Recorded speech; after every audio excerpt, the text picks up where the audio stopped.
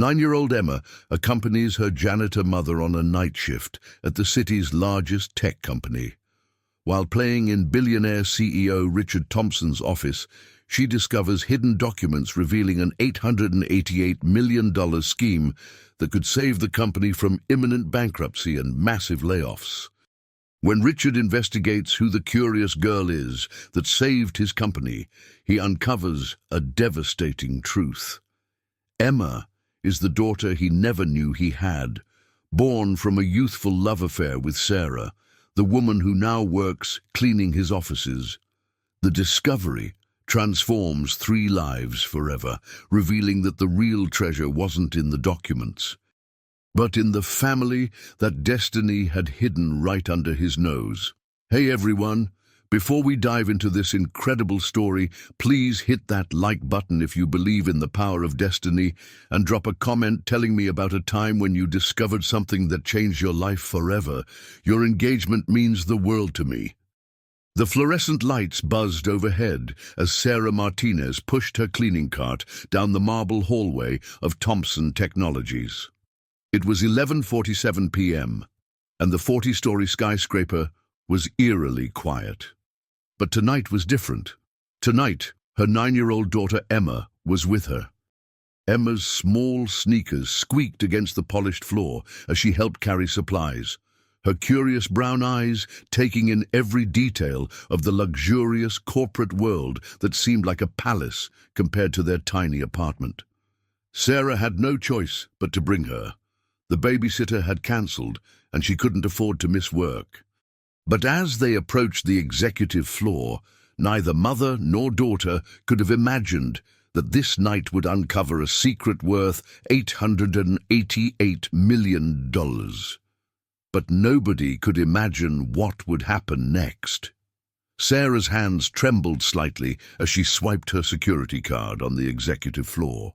26 floors above the city, the lights of Chicago twinkled like fallen stars beyond the floor-to-ceiling windows. At 34 years old, she had been cleaning these offices for 8 years, ever since Emma was a baby. Every night, the same routine. Arrive at 11 p.m., clean until 6 a.m., go home to wake Emma for school, then collapse into exhausted sleep. "Mama, this place is like a castle," Emma whispered, her small hand gripping Sarah's worn uniform. Despite their struggles, Sarah had always made sure Emma remained curious and bright. The little girl devoured library books and asked endless questions about everything she saw. Her teachers often commented on how mature she seemed for her age, carrying responsibilities that should have belonged to adults. "Remember what I told you, Mija," Sarah said softly in her gentle accent. "We're only here to work. Don't touch anything that doesn't belong to us." The words carried the weight of 8 years of careful survival, of making sure nothing ever gave them a reason to lose this job that barely kept them afloat. Emma nodded solemnly, but her eyes were already wandering to the impressive paintings lining the walls. Each piece probably cost more than they made in a year.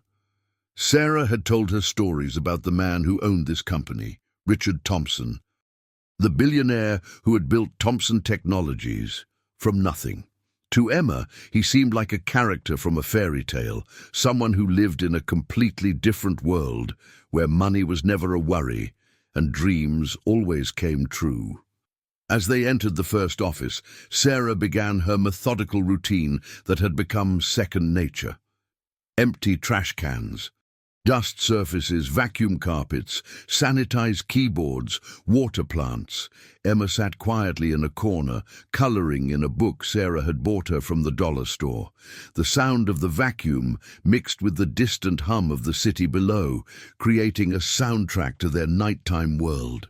"Mama," Emma said during a quiet moment, watching her mother work with the efficiency of someone who had perfected every movement, "do you think the man who owns this place is happy?"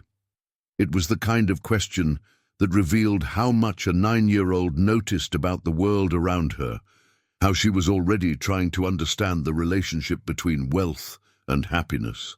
Sarah paused, looking around at the opulent surroundings that showcased more luxury than most people saw in a lifetime.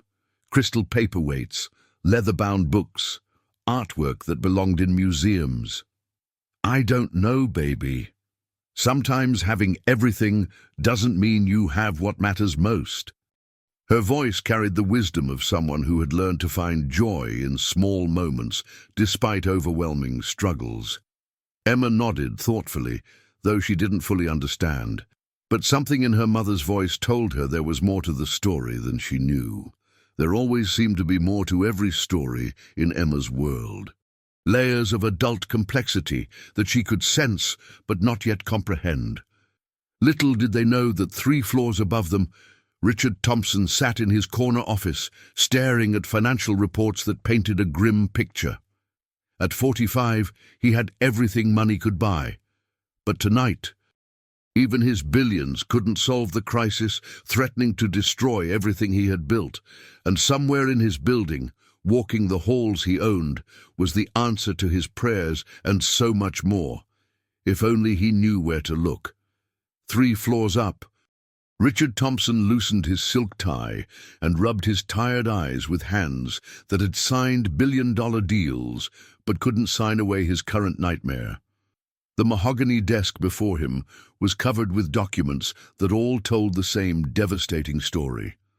Thompson Technologies was hemorrhaging money at an unprecedented rate. A sophisticated cyber attack 6 months ago had crippled their security systems, causing major clients to flee and stocks to plummet by 60% in just 3 months. Mr. Thompson, his secretary Margaret had said earlier that evening, her usually composed demeanor cracking with worry. The board meeting is tomorrow morning at 9. They're expecting concrete answers about the missing funds and a clear plan for recovery. The shareholders are demanding accountability. But Richard had no answers, only more questions that led to dead ends. At 45, he had spent his entire adult life building this company from a tiny startup in his college dorm room to a global technology empire employing 15,000 people across 12 countries. He had sacrificed relationships, friendships, sleep, health, and countless personal moments for success.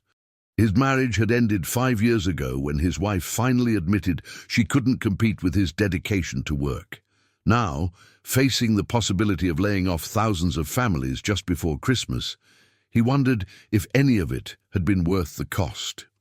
His phone buzzed with another urgent message from his legal team. The situation was deteriorating faster than they'd anticipated. Someone inside the company had been systematically embezzling funds for months, using the chaos of the cyber attack as cover.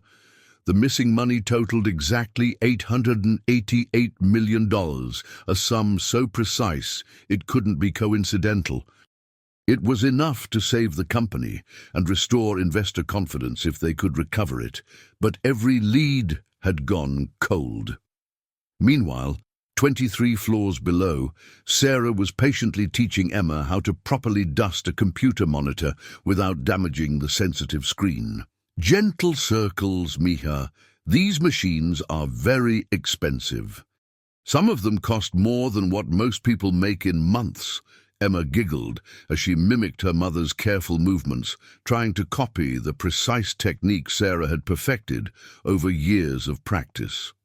More expensive than our car was, she asked innocently, referring to their 10-year-old Honda that had been repossessed last month when Sarah couldn't make the payments after missing work due to Emma's bout with pneumonia. Much more expensive than our car, Sarah laughed, though the sadness in her eyes didn't escape Emma's notice. They now took 3 different buses to get anywhere. A journey that took 2 hours each way and ate up a significant portion of Sarah's minimum wage salary. Every day was a careful calculation of necessities versus luxuries, where luxuries meant things like new shoes when Emma's had holes or fresh fruit instead of canned. "Mama, why don't you have a job like the people who work here during the day?" Emma asked, with the directness that only children possess. not understanding how the question pierced straight through to Sarah's deepest regrets and unfulfilled dreams. Sarah's hand stilled on the keyboard she was cleaning, her reflection ghost-like in the dark computer screen.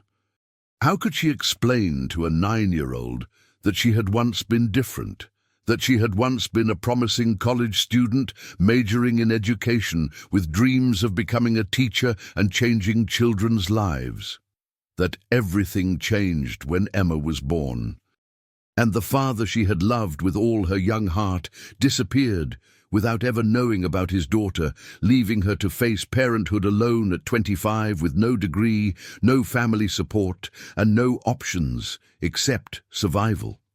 "Sometimes life takes us on different paths than we planned," Sarah said carefully, choosing her words like she was walking through a minefield of her own memories. "But that doesn't make our path less important. Every honest job has dignity, Mija. And sometimes the most important work happens when no one is watching."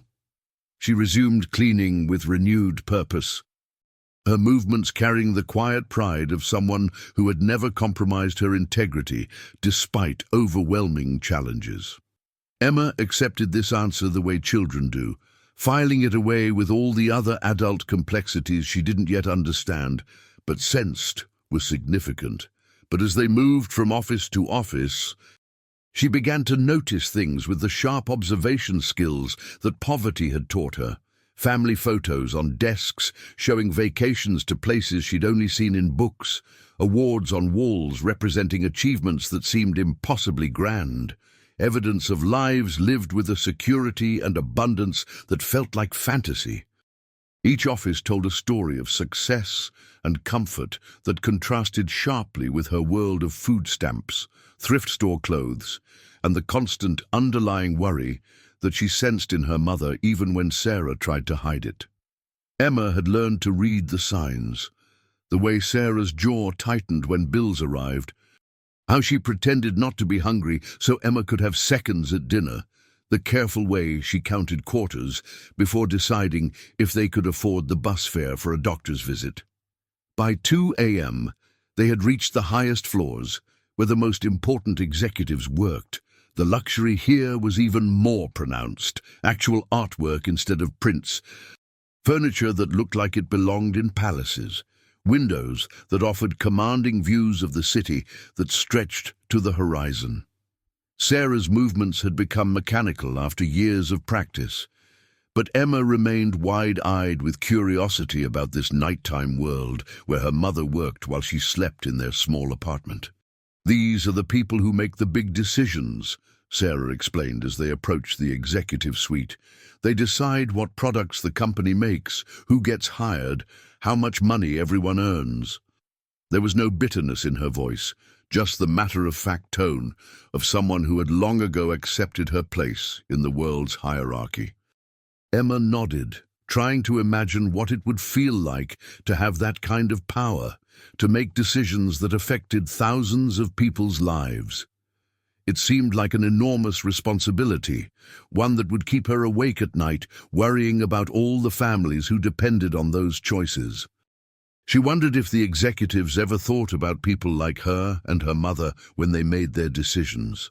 As they approached the corner office marked Richard Thompson, CEO, Sarah felt her usual mixture of curiosity and nervousness. She had been cleaning this office for 8 years, yet she had never once met the man who owned it. He worked late sometimes, but their schedules never aligned. To her, he was just a presence felt through the personal items scattered around his workspace.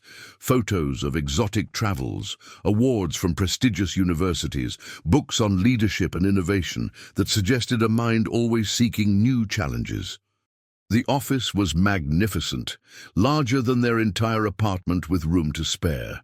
One wall was entirely windows, offering a breathtaking view of the city that made Emma feel like she was floating above the world. She pressed her small hands against the cool glass, mesmerized by the lights below that twinkled like earthbound stars, each one representing lives and dreams and stories she could only imagine. "It's like being in an airplane," she whispered, her breath fogging the glass as she spoke.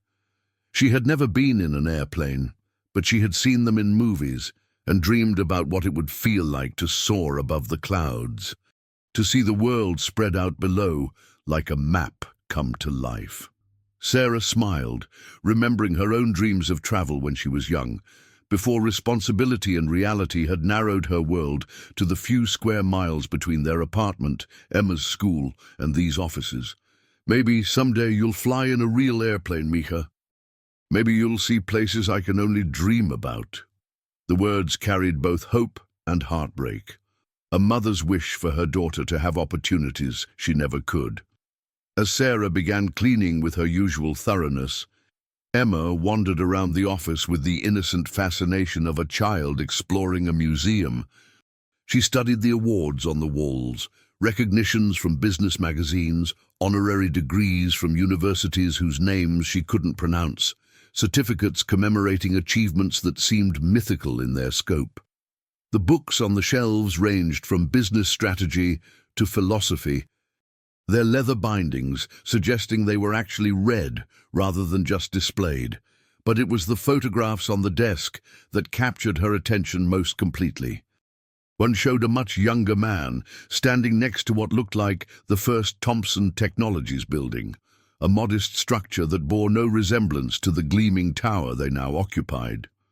The young man in the photo had hopeful eyes and a determined smile that reminded Emma of something, though she couldn't place what. "Mama, is this the boss when he was young?" Emma asked, studying the photograph with the intensity she usually reserved for her favorite storybooks. Sarah glanced over and nodded, pausing in her dusting to look at the image that had caught her daughter's attention. "Yes, baby. He built all of this from nothing, all of this. Started in a tiny office with just one computer and a big dream." There was admiration in her voice, the respect one entrepreneur has for another, even when their paths had led to vastly different destinations. Emma studied the photo more carefully, tilting her head as she examined the young man's features. There was something about his eyes that looked familiar, something in the shape of his smile that tugged at her memory, though she couldn't understand why. She was about to ask her mother about it when she noticed something strange that immediately captured her curiosity. Behind the large desk, partly hidden by an elaborate plant that looked like it cost more than a month of their rent, was a small door she hadn't seen before. It was slightly ajar, revealing what looked like darkness beyond, as if it led to a secret room that the plant was meant to conceal. Emma's 9-year-old mind immediately filled with possibilities. Maybe it was a safe, or a private study, or even a secret passage like the ones in the adventure books she loved to read.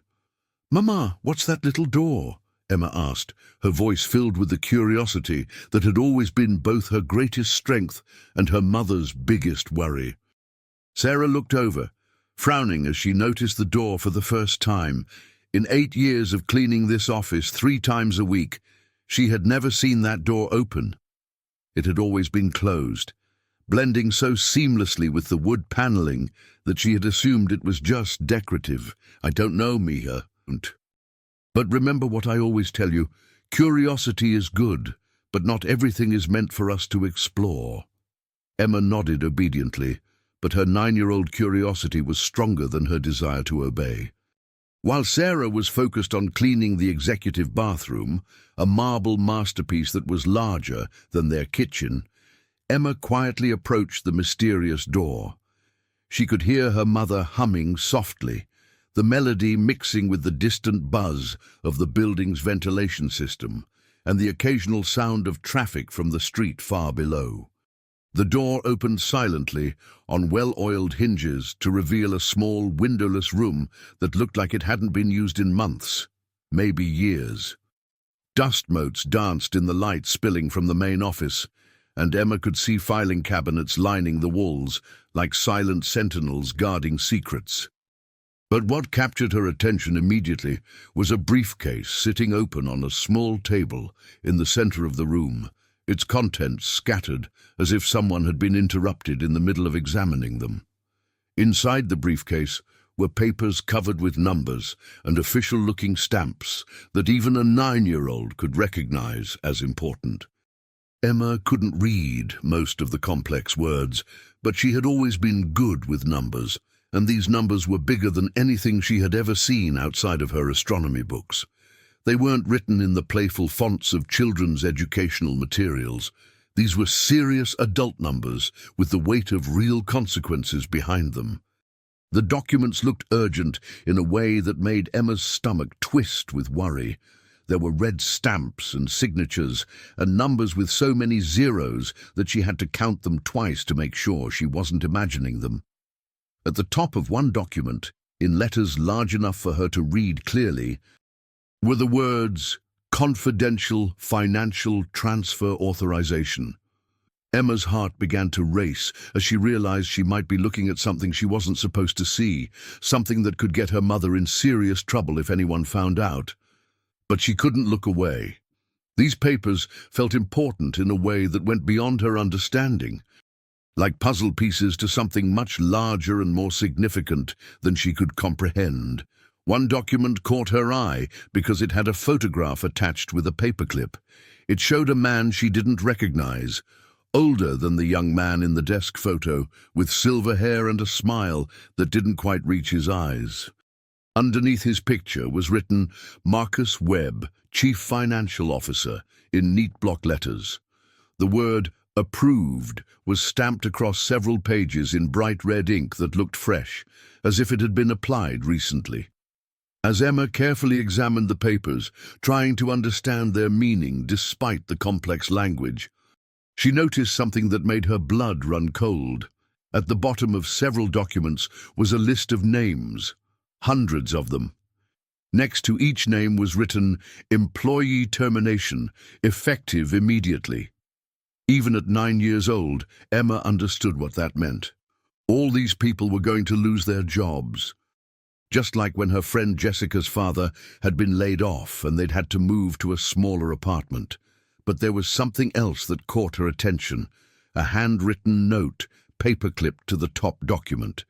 The writing was messy, as if someone had been in a hurry. But Emma could make out most of the words. "Final transfer, scheduled for board meeting, all traces to be eliminated by end of week.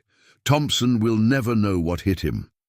Emma's small hands trembled as she realized the full magnitude of what she was looking at. This wasn't just about money. Someone was planning to hurt the company and all the people who worked there. Someone was going to steal enough money to ruin thousands of families, and they were going to do it soon. The sound of running water stopped in the bathroom, and Emma knew she had only seconds before her mother emerged. With the quick thinking that had always impressed her teachers, she pulled out her mother's old smartphone, the one Sarah had given her for emergencies, even though they could barely afford the basic plan.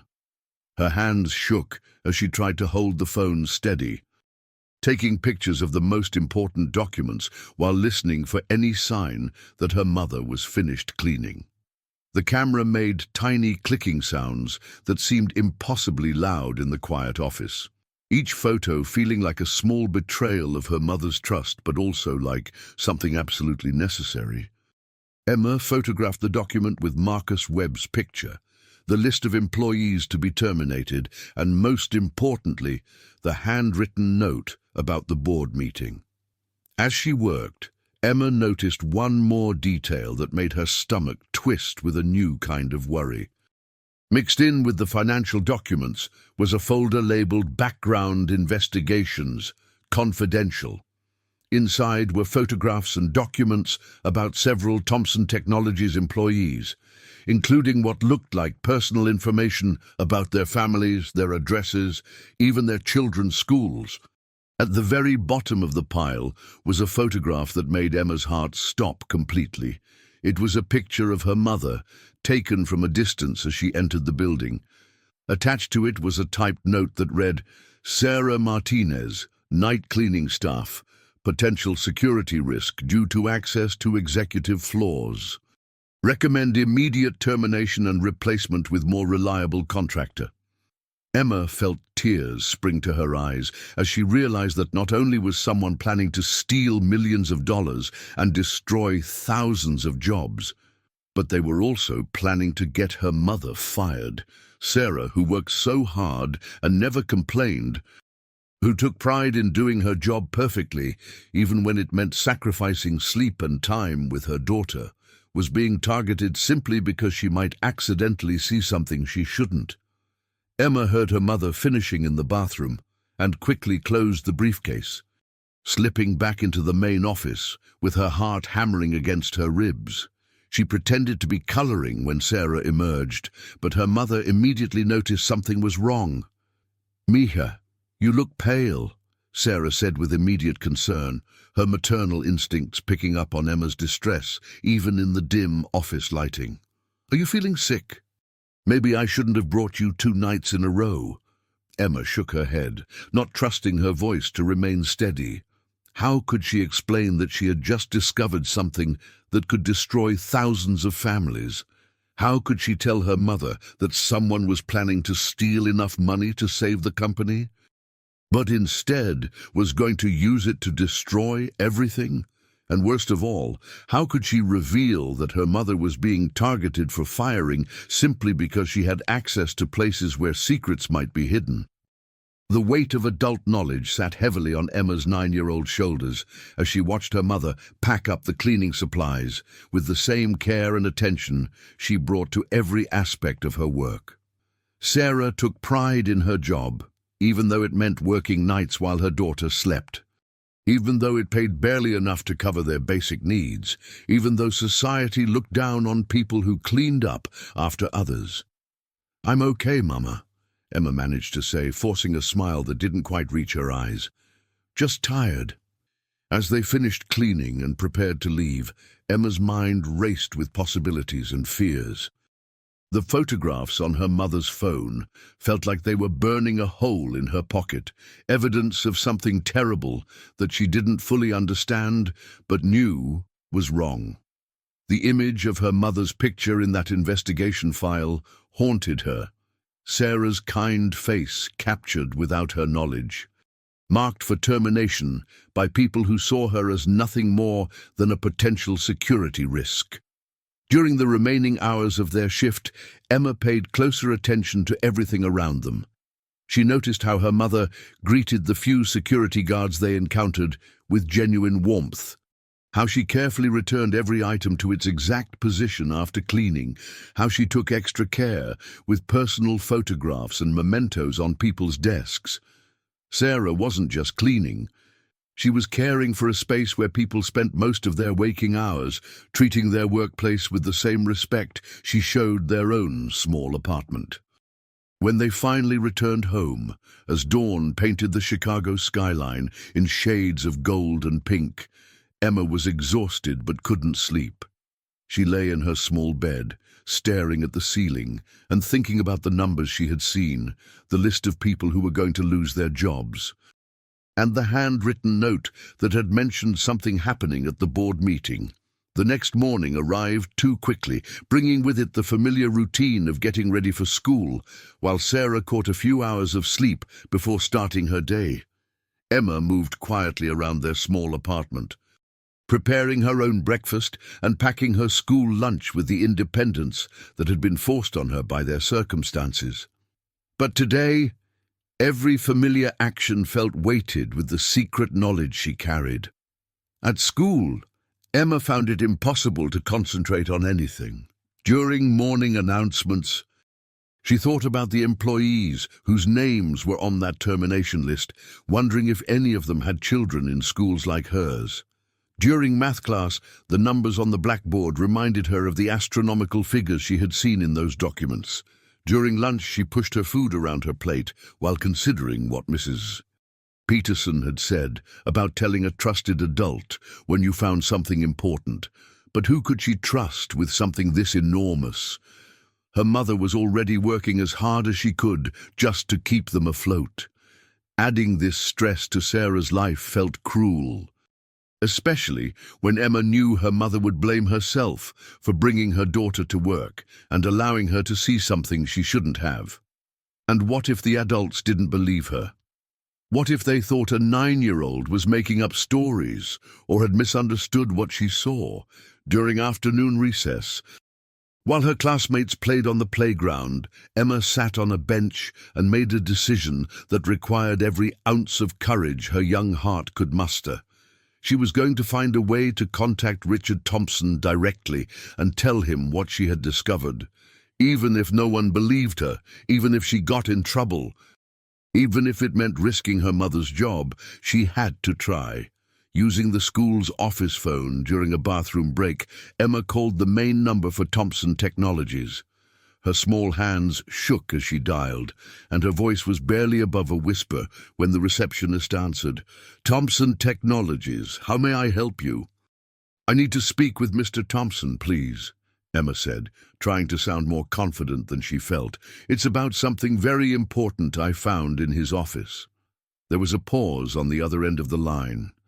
"I'm sorry, sweetheart, but Mr. Thompson is in meetings all day, preparing for tomorrow's board meeting. He's not taking any calls." "Can I take a message?" Emma's heart sank. The board meeting, that was exactly what the handwritten note had mentioned. Tomorrow was when everything was going to happen, when Marcus Webb was going to complete whatever plan he had been preparing. Time was running out, and she was just a 9-year-old girl that no one would take seriously. "Please," she said, her voice cracking with desperation, "tell him that someone named Emma found something very important in his office last night. Tell him it's about Marcus Webb and $888 million. Tell him there's a list of people who are going to lose their jobs, and it's happening tomorrow." Decent. There was a long pause on the other end of the line, and Emma could hear the receptionist's breathing change. "Can you repeat that, honey? Did you say Marcus Webb and $800 million? Emma repeated the message, spelling out Marcus Webb's name carefully and emphasizing the urgency of the situation. "Please tell him it's happening at the board meeting tomorrow. Please tell him that someone is trying to steal the money and fire lots of people. And please tell him that my mama might lose her job just for being in the wrong place at the wrong time." What Emma didn't know was that at that very moment, 3 miles away in the Thompson Technologies boardroom, Richard Thompson was facing the worst crisis of his professional life. The board of directors sat around the polished conference table, their faces grim as they reviewed financial reports that painted a picture of impending doom. Marcus Webb sat 2 seats to Richard's left, occasionally offering reassuring comments about recovery strategies while secretly preparing to execute the final phase of the largest corporate theft in Chicago's history. But in exactly 23 minutes, Richard's assistant Margaret would burst into that boardroom with a message from a 9-year-old girl that would change everything. A message that would expose Marcus Webb's carefully planned scheme and save not only Thompson Technologies, but thousands of jobs and families. The little girl who had played quietly in his office while her mother cleaned had just become the most important person in his company's survival. And she was about to become so much more than that to Richard, personally.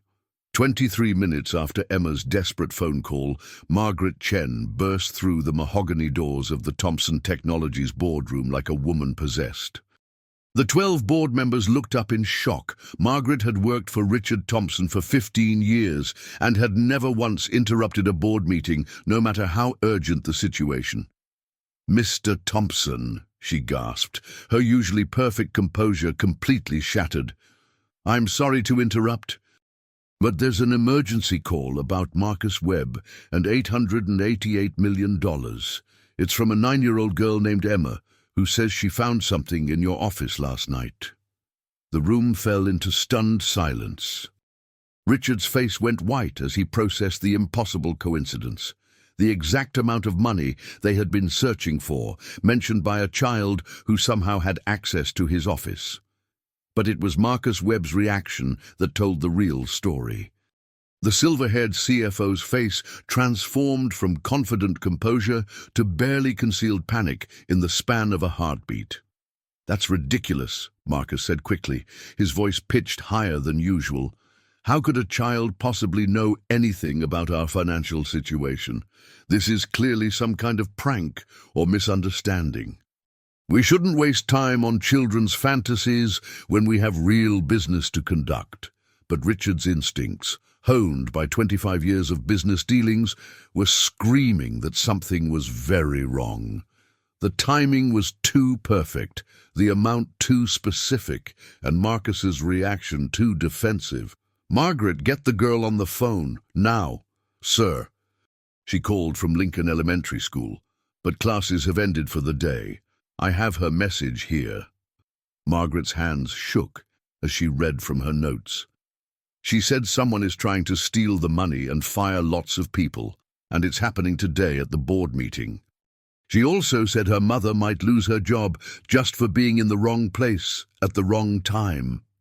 The board members began murmuring among themselves, confusion and concern mixing in their voices. But Richard's attention was completely focused on Marcus, who was now visibly sweating despite the room's perfect climate control. "Marcus," Richard said slowly, his voice carrying the authority that had built an empire, "perhaps you could explain how a 9-year-old girl knows about our missing $888 million? Marcus's laugh sounded forced and brittle. "Richard, you can't be serious. You're going to base business decisions on the ramblings of a child. We need to focus on the real issues, the cyber attack, the client losses, the need for immediate restructuring." But Richard was already reaching for his phone. "Margaret, I want security to escort Mr. Webb to his office and prevent him from accessing any computers or files. And I want that girl found immediately." "You can't do this, Richard." Marcus stood abruptly, his mask finally slipping completely. "You're making a huge mistake based on nothing but the fantasies of some janitor's brat who probably overheard something she didn't understand." The room erupted in shocked gasps. Marcus had just revealed not only that he knew who Emma was, but also that he was aware of her mother's employment status, information that shouldn't have been readily available to him unless he had been investigating the cleaning staff. Richard's blood ran cold as the implications became clear. "Security," Richard spoke into his phone, his voice deadly calm. "I need Mr. Webb detained immediately. And I need the cleaning staff records for the past week, specifically anyone with access to the executive floors." Within minutes, the boardroom had transformed from a routine corporate meeting into the epicenter of the largest financial investigation in Thomson Technologies' history. As security officers flanked Marcus Webb, Richard's mind raced with questions about the mysterious girl whose phone call had potentially saved his company. But the biggest shock was yet to come. 2 hours later, Richard Thompson stood in his corner office examining the hidden room that Emma had discovered. The briefcase sat open on the table exactly as she had described, containing documents that revealed the scope of Marcus Webb's betrayal. But as Richard studied the papers, his trained eye caught details that even Emma's sharp young mind couldn't have understood. The embezzlement scheme was sophisticated beyond imagination. Marcus had been using the chaos of the cyber attack to systematically transfer funds to offshore accounts, making it appear as though the missing money was simply another casualty of the security breach. The plan was brilliant in its simplicity. By the time anyone realized what was happening, Marcus would have disappeared with enough money to live luxuriously for several lifetimes. "Sir," Detective Rodriguez of the Chicago Police Department's Financial Crimes Unit said as she entered the office, "we've recovered most of the documentation, but we need to speak with the witness who discovered this, the girl named Emma." Richard nodded, though his chest tightened with anxiety about involving a child in something this serious. "I've had my security team tracking down her information. She called from Lincoln Elementary School, and her mother works for our night cleaning service. They should be arriving soon. What Richard didn't yet know was that his head of human resources, Janet Morrison, was at that moment reviewing employment records and making a discovery that would turn his world upside down. Janet had been asked to pull all files related to the night cleaning staff, particularly anyone with access to executive floors. When she opened Sarah Martinez's employment file, she found something that made her call out in shock. Sarah's emergency contact information included a birth certificate for Emma Martinez, dated 9 years and 7 months ago. But it was the father's name listed on that birth certificate that made Janet's hands tremble as she reached for her phone to call Richard. The father was listed as Richard James Thompson. 30 floors below, Sarah Martinez was having the worst day of her professional life. She had been called away from her afternoon job at the grocery store and told to report to Thompson Technologies immediately for an urgent security matter. Emma sat beside her in the lobby, her small hand gripping her mother's with a combination of fear and determination. "Mama, I'm sorry," Emma whispered for the 10th time. "I just wanted to help." Sarah's heart broke at the guilt in her daughter's voice. "You did nothing wrong, Misha. If those papers were as important as you say, then you did the right thing by speaking up. Sometimes doing the right thing is scary, but it's still right." Neither of them noticed Richard Thompson stepping out of the elevator across the lobby, flanked by security officers and Detective Rodriguez. Richard's eyes immediately found the small girl with dark curls, who was brave enough to save his company. But when he looked at her mother, the world stopped spinning. Sarah Martinez. The name had meant nothing to him when his security team had mentioned it. But seeing her face, even after 10 years, even worn by the struggles that life had dealt her, Richard recognized her immediately. Sarah Rodriguez, the college student he had fallen in love with during his graduate program at Northwestern University. Sarah, who had been his entire world for one perfect year before his obsession with building his company had driven a wedge between them that neither of them knew how to bridge. Sarah, who had disappeared from his life without explanation, leaving only a brief note saying she couldn't compete with his ambitions and needed to find her own path. The timeline hit him like a physical blow. Emma was 9 years old. Sarah had left exactly 10 years ago, just as his company was entering its most critical growth phase. The math was simple, devastating, and undeniable. Richard's legs nearly gave out as he realized that the brave little girl who had saved his company was his daughter. The daughter he never knew existed.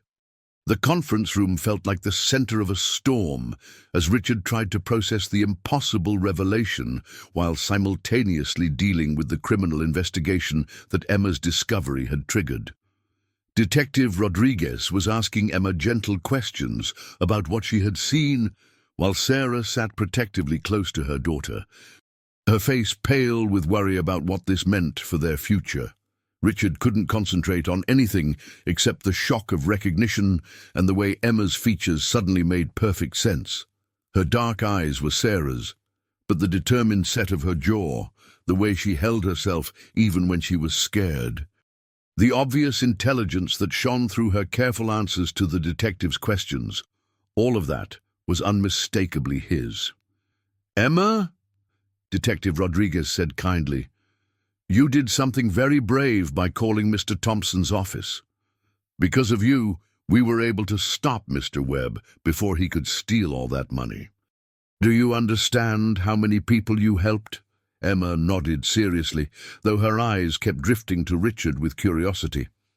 "My teacher says that when you find something important, you should tell a grown-up you trust.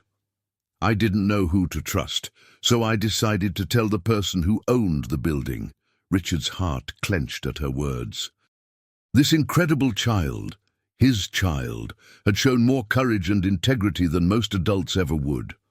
While trained professionals had failed to catch Marcus Webb's scheme, 9-year-old Emma had uncovered it by accident and had the moral clarity to act on what she found.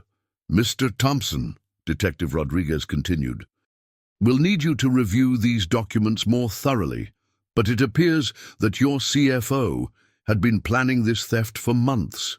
The girl's testimony and the evidence she helped us find should be enough to prosecute him fully." Richard nodded absently, trying to appear focused on the investigation while his entire world had been turned upside down. Every few seconds, his eyes would drift to Emma, searching for more similarities, more proof of what he already knew in his heart to be true. Sarah noticed his attention and shifted uncomfortably. "Mr. Thompson, Emma and I are very sorry for any trouble this has caused. She shouldn't have been in places she wasn't supposed to be. If you need to fire me, I understand, but please don't blame her. She was just trying to help." The words hit Richard like a punch to the gut. Here was the woman he had loved more than life itself, apologizing for their daughter's heroism because she was afraid of losing a job that barely paid enough to survive. The injustice of it made him feel physically sick. "Mrs. Martinez," he said carefully, testing how her married name felt on his tongue. "Emma saved this company. She saved thousands of jobs. The last thing you need to worry about is being fired." Sarah blinked in surprise, not understanding the intensity in his voice. "It's Miss Martinez, actually. And thank you for being so understanding." Miss Martinez. Not married. Richard's mind raced with implications and questions he couldn't ask in front of the detective and the security officers. But Emma was looking at him with open curiosity, and he realized she was studying his face the same way he had been studying hers. "Mama," Emma said suddenly, her voice small but clear in the quiet room. "Why does Mr. Thompson look familiar?" Sarah's face went white. Her eyes darted to Richard's face, then quickly away, but not before he saw the flash of recognition and something that looked like panic. "I don't know what you mean, Mija," Sarah said quickly, but her voice was strained. Emma tilted her head, still studying Richard with the unguarded directness of a child. His eyes looked like mine, and his smile. She paused, then asked the question that made every adult in the room hold their breath. "Do you know my mama, Mr. Thompson?" The silence stretched for an eternity. Richard looked at Sarah, seeing 10 years of struggle etched in her face, seeing the fear and exhaustion and fierce protectiveness of a single mother who had raised their daughter alone. Sarah looked back at him with pleading eyes, clearly terrified of what his answer might mean for the carefully constructed life she had built. But it was Emma who broke the spell, her 9-year-old mind making connections that adults often missed. "Mama, is Mr. Thompson my daddy?" The words hung in the air like a thunderclap, and Richard watched as Sarah's carefully controlled composure finally cracked. Tears spilled down her cheeks as she looked at their daughter, their brilliant, brave, wonderful daughter, who had just asked the question that would change all their lives forever. Detective Rodriguez, recognizing the deeply personal nature of what was unfolding, quietly gestured for the security officers to give the family privacy. "We have everything we need for now," she said diplomatically. "Mr. Thompson, we'll follow up with you tomorrow about the criminal proceedings." As the room cleared, leaving only Richard, Sarah, and Emma, the silence felt both overwhelming and sacred. Emma looked back and forth between the two adults, her young mind processing the implications of what she had just asked, while simultaneously trying to understand why her mother was crying. "Mama!" Emma's voice was small and uncertain. "Did I say something wrong?" Sarah knelt down to Emma's eye level, her hands gently cupping her daughter's face. "No, baby, you didn't say anything wrong. You're the smartest, bravest girl in the whole world, and sometimes smart girls ask very important questions." Richard moved closer, his heart pounding as he looked at his daughter. He could finally think of her that way, with wonder and overwhelming love. "Emma," he said softly, "what made you think that? Made you?" Emma considered the question with the seriousness she brought to all important matters. "In the picture on your desk, when you were young, you looked like me. And when I saw you today, your eyes are the same color as mine. And—" She paused, then continued with devastating honesty. "I always wondered why I didn't have a daddy like other kids.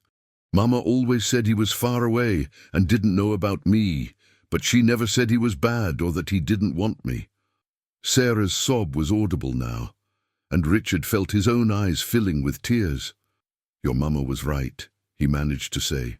"He didn't know about you. But if he had known, if he had even suspected that someone as amazing as you existed, nothing in the world could have kept him away." Emma nodded solemnly, then asked with the practical directness of a child, "Are you going to stay this time?" The question pierced Richard's heart. Here was his daughter, asking for the most basic thing any child deserved, a parent who would be there for them. Looking at Sarah, seeing the woman he had never stopped loving despite 10 years of separation, seeing the incredible job she had done raising Emma alone, Richard knew there was only one possible answer. "Yes," he said firmly, "if your mama will let me. I want to be part of your life. I want to learn everything about you. I want to help take care of you and your mama. I want to be the daddy you deserve." Emma's face lit up with a smile that was pure sunshine, but she looked to Sarah for confirmation. "Mama, is that okay?" Sarah wiped her tears and looked at Richard with a mixture of hope and caution that he remembered from their college days. "We have a lot to talk about," she said quietly. 10 years is a long time."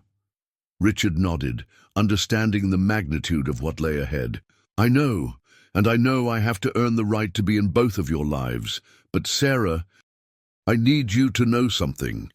He paused, gathering courage. "I never stopped loving you. When you left, I told myself it was for the best, that you deserved someone who could give you more attention than I could.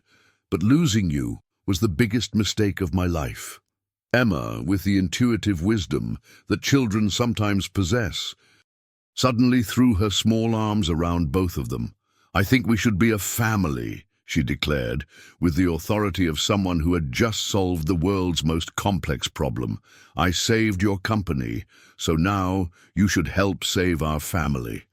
Richard and Sarah looked at each other over Emma's head, and for the first time in 10 years, Sarah smiled at him with something that looked like the love they had once shared. But Emma wasn't finished with her revelations. "And Mr. Thompson, Daddy, there's something else important I found in those papers that I didn't tell the police lady about." Richard and Sarah both looked at Emma with concern and curiosity. After everything that had already been discovered, what could possibly be left to reveal? Emma pulled out her mother's smartphone, her small fingers navigating to the photos she had taken in the hidden room. "I took pictures of everything," she explained matter-of-factly, "but there was one paper that was different from the others. It had information about people, not just money." She scrolled through the images until she found what she was looking for. "Here, this one had pictures of people who work here and information about their families, but look at this part." She pointed to a section of the document that Richard hadn't noticed in his initial review. Richard took the phone and enlarged the image, his face growing pale as he read. It was a detailed investigation report on Sarah Martinez, but it went far beyond her employment status. It included her full background, her college records, her previous addresses, and most shocking of all, a notation that read, "Subject may have personal connection to CEO. Recommend immediate termination and replacement to eliminate potential security risk." Marcus knew, Richard said quietly, the full scope of the conspiracy finally becoming clear. "He knew who you were, Sarah. He knew Emma might be my daughter." Sarah's face went white. "But how could he know?" I never told anyone at work about my past, and I used my mother's maiden name on my employment application to avoid any questions. Richard's business mind was racing, putting together pieces of a puzzle that was far more sinister than simple embezzlement. He's been planning this for months, maybe longer. He needed to control every variable, eliminate every risk. If he suspected that you had a personal connection to me, he would have seen Emma's discovery as more than just bad luck. He would have seen it as a direct threat. Emma, who had been listening intently despite not understanding all the adult implications, suddenly spoke up. "There's more. In the secret room there were files about other people too, and I heard Mr. Webb talking on the phone yesterday when Mama was cleaning the bathroom." Both adults stared at her. "You heard him talking?" Sarah asked. "Emma, why didn't you tell me?" "He was in the office next door and I could hear him through the wall. He was angry with someone on the phone. He said something about eliminating all loose ends before the final transfer and making sure the cleaning woman and her brat can't cause any more problems." Richard's blood ran cold. Marcus hadn't just been planning to steal money. He had been planning to silence anyone who might accidentally discover his scheme. Sarah and Emma had been in real danger, and they hadn't even known it. "There's something else," Emma continued, her voice dropping to a whisper as if she was afraid of being overheard. "He wasn't working alone. He kept talking to someone called the Senator about getting help with making problems disappear." The implications hit Richard like a physical blow. If Marcus had political connections willing to help him cover up his crimes, the danger to Sarah and Emma might not be over just because Marcus had been arrested. There could be other people involved, other people who needed the secret of the missing money to stay buried. Sarah seemed to understand the danger at the same time Richard did. "We need to leave," she said urgently, standing and reaching for Emma. If there are other people involved, Emma might not be safe. But Richard was already moving, his protective instincts overriding 10 years of separation and uncertainty. "No," he said firmly, "you're not running again. Not from me, not from this. Emma is my daughter. You're the woman I love, and I'm not losing either of you again." He pulled out his phone and made a call that would mobilize the full resources of his security team, his legal department, and his government contacts. If Marcus Webb had political protection, Richard Thompson had something more powerful. The truth, a heroic little girl who had exposed the corruption, and the resources to make sure that truth saw the light of day. "We're going to fight this together," he told Sarah and Emma, "as a family." Emma clapped her hands together with delight. "I knew finding those papers was important. I saved the company, helped you find us, and now we get to be a real family." But their reunion was about to be interrupted by news that would test their newfound family bond in ways none of them could have imagined. 6 months later, Richard Thompson stood at the altar of a small chapel overlooking Lake Michigan, his heart pounding with a joy he had never thought possible. Emma sat in the front row, wearing a pale pink dress that made her look like a princess, holding a bouquet of white roses and beaming with pride at being both flower girl and maid of honor for her parents' wedding. The investigation into Marcus Webb's embezzlement scheme had revealed corruption that reached into the highest levels of state government. 3 state senators, 2 judges, and a dozen corporate executives had been indicted in what the media called the largest financial conspiracy in Illinois history. But it was Emma's testimony, delivered with the clear, unwavering honesty that only a child could provide, that had been the cornerstone of the prosecution's case.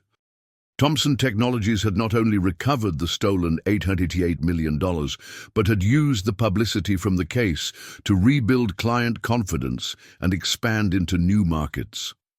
The company was now stronger than ever, and Richard had established the Emma Martinez Foundation, providing scholarships for children of working parents who showed exceptional courage and integrity. as Sarah walked down the aisle in a simple white dress that made her look exactly like the college student Richard had fallen in love with. He thought about how much their lives had changed since that night when Emma's curiosity had saved everything. The little girl who had played in his office while her mother worked had turned out to be the missing piece of his heart he hadn't even known was gone. "Dearly beloved," the minister began, but Richard was looking past him to Emma, who was practically bouncing with excitement in her front row seat. The ceremony was simple and perfect, witnessed by Sarah's colleagues from the cleaning company, who had been promoted to Thompson Technologies' new facilities management team, Emma's classmates and teacher, and a small group of Richard's closest friends and employees. But the real magic happened during the vows. "Sarah," Richard said, his voice strong and clear, 10 years ago, I thought success meant building something bigger than myself. But I was wrong. Success is loving someone completely and being loved in return. Success is the laughter of the daughter I never knew I had. Success is coming home to a family that makes every day worth living." Sarah's vows were equally moving. "Richard, I left you once because I thought love meant not interfering with someone's dreams, but Emma taught me that sometimes the biggest dreams come true when the people who love you stand beside you. You didn't just give me back the love I thought I'd lost. You gave Emma the father she always deserved." When the minister pronounced them husband and wife, Emma leaped to her feet and shouted, "Finally! Now we're officially a family!"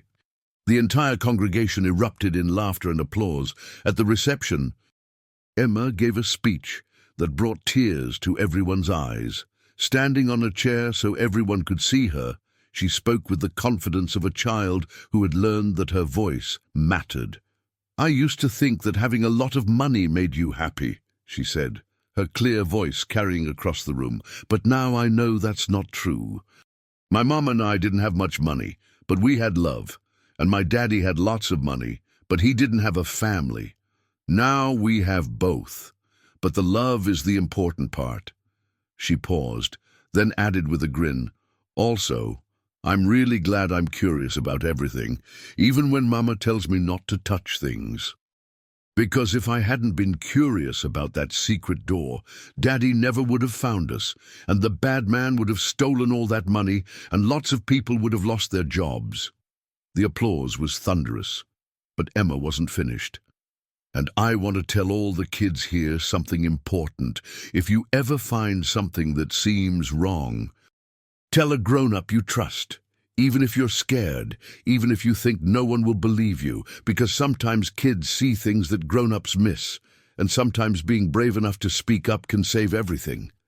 As Richard looked around the room at the faces of the people whose lives had been changed by his daughter's courage, employees who still had jobs because of her, Sarah who finally had the security she deserved, and himself, who had discovered that his greatest achievement wasn't a billion-dollar company, but a 9-year-old girl who called him Daddy. He realized that Emma was right. Love was the only success that really mattered. And sometimes, just sometimes, fate hid that love in the most unexpected places, waiting for the right moment and the right curious little girl to bring it into the light. The little girl who had once played quietly in his office while her mother cleaned had indeed saved his company. But more than that, she had saved his heart, his soul, and shown him what it really meant to be successful. As the evening wound down and Emma fell asleep in Sarah's arms, still wearing her flower crown and clutching her bouquet, Richard knew that he would spend the rest of his life making sure that this brave, brilliant, wonderful child never doubted how much she was loved or how proud he was to be her father. After all, she was the girl who had found not just $888 million, but something infinitely more valuable. A family that had been waiting 10 years to be whole again. The greatest treasure had been hidden in plain sight all along, walking the halls of his building every night, waiting for destiny to reveal the truth. And when it did, it changed everything forever. This incredible journey reminds us that destiny often works through the most unexpected messengers. A 9-year-old girl's curiosity didn't just uncover corporate corruption. It revealed that the greatest treasures in life are often hidden in plain sight. Emma's courage to speak up when she found something wrong teaches us that age doesn't determine the impact we can have on the world. Sarah's story shows us the strength of single mothers who sacrifice everything for their children, working night shifts while their kids sleep, yet still raising brave, intelligent, compassionate human beings. Her quiet dignity and unwavering love created the foundation for Emma's moral courage. Richard's transformation from a successful but lonely billionaire to a complete family man illustrates that true wealth isn't measured in dollars, but in the love we share and the lives we touch. He had built an empire, but it took his daughter's heroism to show him what real success looked like. The story proves that sometimes the people we overlook, the cleaning staff working while we sleep, the children playing quietly in corners, are the very ones who can save us. Emma walked those halls for years, invisible to the corporate world above. Yet she became the most important person in the building's history. Most powerfully, this tale reminds us that family isn't always about blood. It's about love, sacrifice, and the courage to do what's right. Sometimes it takes losing everything to find what matters most. And sometimes a child's innocent question can heal a decade of heartbreak and bring a family home.